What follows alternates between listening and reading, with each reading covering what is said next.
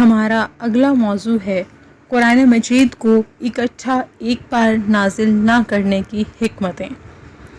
ہم جانتے ہیں نبی کریم صلی اللہ علیہ وآلہ وسلم کی نبوت کی 23 سالہ زندگی میں قرآن مجید متفرق طور پر تھوڑا تھوڑا کر کے نازل ہوتا رہا، یک بارگی مکمل کتاب نازل نہیں ہوئی۔ قرآن مجید میں ارشاد ہے، اور ہم نے اس قرآن کو تھوڑا تھوڑا کر کے نازل کیا تاکہ آپ اس کو ٹھہر ٹھہر کر لوگوں کے سامنے پڑھیں، اور ہم نے اس کو بتدریج نازل کیا حسب حالات۔ قرآن مجید کو تھوڑا تھوڑا کر کے نازل کرنے کی حکمتیں درج ذیل ہیں۔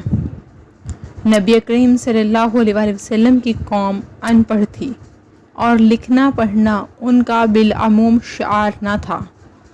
اگر قرآن یک بارگی مکمل نازل ہو جاتا تو ان کے لیے اس کو ضبط کرنا مشکل ہوتا اور ان سے اس میں بہت غلطیاں ہوتی۔ اگر پورا قرآن پاک ایک ہی بار نازل کر دیا جاتا تو پوری شریعت ایک مرتبہ ہی نازل ہو جاتی اور اس پر عمل کرنا لوگوں کے لیے مشکل ہوتا۔ اس کے برعکس جب قرآن مجید تھوڑا تھوڑا کر کے نازل ہوا تو لوگ بتدریج احکام کے مکلف ہوئے اور ان پر عمل کرنا لوگوں کے لیے آسان ہو گیا۔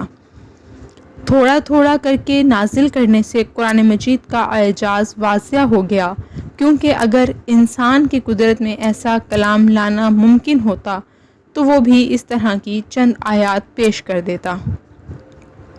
مختلف مواقع پر لوگ مختلف سوالات کرتے تھے اور ان کے سوالات کے جواب میں قرآن مجید کی آیات نازل ہوتی رہتی تھیں۔ اگر مکمل کتاب یک بارگی نازل ہوتی تو یہ ممکن نہ تھا۔ عرب کے لوگ زمانہ جاہلیت کی عادتوں اور رسموں میں جکڑے ہوئے تھے۔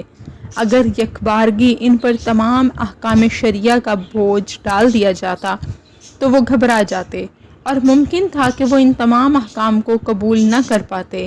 اس لیے حکمت اور مصلحت کا تقاضا یہ تھا کہ ان کو آہستہ آہستہ احکام سے مکلف کیا جائے۔ اس لیے قرآن مجید تھوڑا تھوڑا کر کے نازل کیا گیا تاکہ جو عادات ان میں پختہ ہو چکی ہیں ان کو آہستہ آہستہ بدلا جائے۔